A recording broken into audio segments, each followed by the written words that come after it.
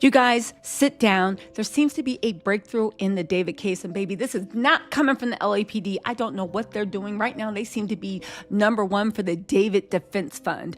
However, there is a private eye who was working on the case independently, and he has a lot to say about what happened. First of all, he's done some investigating. He's talked to neighbors. He's subpoenaed records from the impound lot.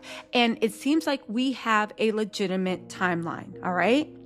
Breaking down the Celeste Rivas Hernandez investigation that has David. The police haven't named him as a suspect, but baby, in my mind, he is the prime suspect. I will say it once and I've said it again. If he did not do this, he knows who had access to his car. He knows who was around Celeste.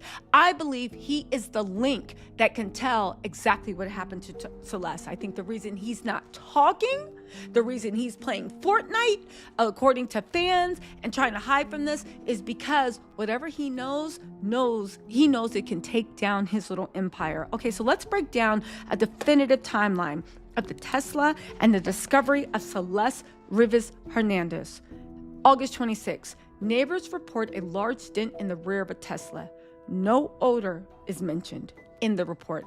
This is very, very important. It could go to establish whether there is an actual timeline for how long she was passed away and how long she was in that car. People said she was badly decomposed, but people did point out that sometimes if you're sitting out in the sun all day and night, decomposing happens very, very quick.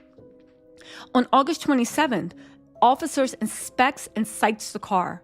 Still, even when the officers put like a ticket on the window to tow, no odor was noted in the reports.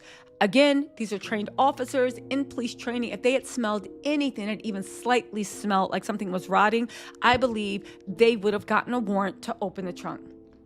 On September the 3rd, 2025, the car was ticketed again after remaining in the same spot. Again, no odor mentioned. Cops did not see anything odd with the car.